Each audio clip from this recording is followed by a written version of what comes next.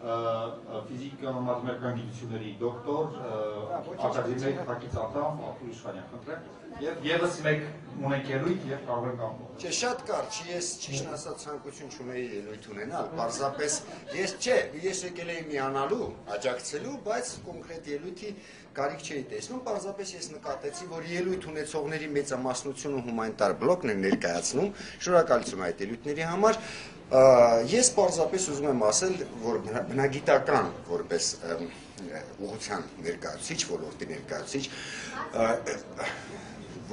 որպես բնագիտական ոլորտի ներկայացուցիչ, ուզում եմ ասել, որ վստահեցնում եմ ձեզ, որ ողբերգական հետևանքներ կգրանցենք մենք շատ կարճ ժամանակահատվածում հենց ֆիզիկա, մաթեմատիկա, բնագիտական ոլորտում։ Կարծում եմ առաջին զոհերից մեկը կլինի։ Ես ականատես եմ եղել ցավոք, որ Հայաստան վերադառնալուց հետո 87 թվականներին, ուրեմն ֆիզիկայի ոլորտի բոլոր ինստիտուտներում իսպառ բացառված էր հայերեն գրագրությունը։ Եվ նվիրյալների կային այդպիսիք իհարկե եւ նվիրյալների հետևողական ջանքերը պարզապես դատապարտված էին ձախողման։ Անգամ Վիկտոր Համբարձումյանի պահանջը, որ իրեն ուղղված գրությունները լինեն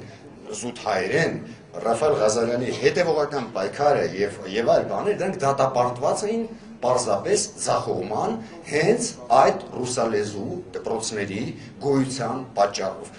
Ավարտեմ ասելով հետևյալը, ես անձնապես